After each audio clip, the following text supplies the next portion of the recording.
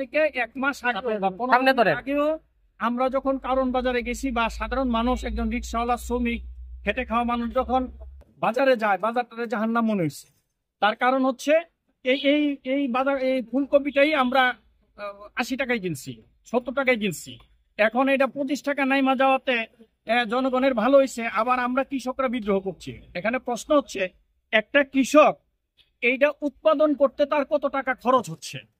এই কৃষক, আমি মিডিয়ার কল্যাণে যেটা দেখতে পেরেছি যে 10টা ফুলকপি তাকে 10 টাকা বলছেন, এর মনে হলো 1 টাকা, কোথাও এটা 40 পয়সা বিক্রি হচ্ছে। অর্থাৎ ফুলকপিটা উৎপাদন করার জন্য প্রতিদিন যে পানি দিতে যাইতে হয় একটা লোক, এই লোকের পরিশ্রমের টাকাটা উঠে না। আবার আমি ঢাকায় এটা 25 টাকায় কিনছি, অর্থাৎ ওখানে 1 টাকা, ঢাকায় 25 টাকা। 1 টাকা এবং 25 টাকার মধ্যে আমার ডিফারেন্স হচ্ছে 24 টাকা। কেন 24 টাকা হবে? আমি যদি 25 টাকায় ঢাকা কিনি, তাহলে কেন কৃষক এটা 10 টাকা পাবে না বা 12 টাকা পাবে না? তাই না বিষয়টা?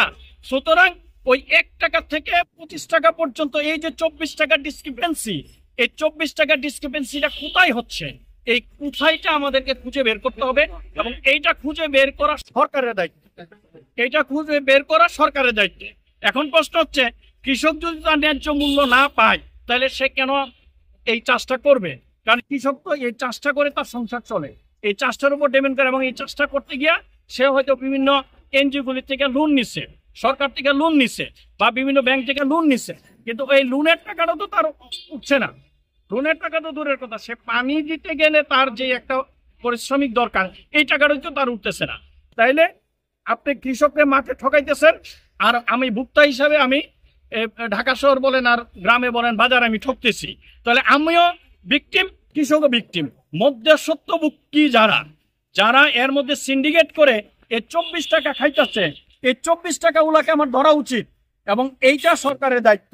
পাশাপাশি আমাদের কৃষক নেতা যে কথাটা বলেছেন যে যদি আমরা এটা সংরক্ষণের ব্যবস্থা করি, পেঁয়াজ বলেন, আলু বলেন, আরো অন্যান্য জিনিসপত্রগুলি, তাইলে হুট করে ভারতের মতো লোকজন বা ভারত সরকার আমাদেরকে হুট করে আজকে পেঁয়াজ বন্ধ করে দিল, কালকে এটা বন্ধ করে দিল, কালকে ওইটা বন্ধ করে দিয়ে বাংলাদেশে দ্রব্যমূল্যের দাম 200 টাকা করে ফেলবে, এটা করতে পারবে না। আমরা এমন একটা ব্যবস্থা চাই, যেই ব্যবস্থার মধ্যে একটা রিক্সা শ্রমিক, একটা গার্মেন্টস শ্রমিক, একটা সাধারণ দিনমজুর, সে যেন এটলিস্ট সারাদিন পরিশ্রম করে 2 বেলা পেটে ভাত জুটাতে পারে, তার বাসায় গিয়ে যেন তার সন্তানদের মুখে এটলিস্ট ডাল ভাতটা তুলতে পারে। এমন একটা ব্যবস্থা যেই সরকারই থাকুক আর যেই আসুক, এটা যেন হয়। মধ্যস্বত্বভোগীরা যেন এই জায়গা থেকে অবশ্যই বিতাড়িত হয়।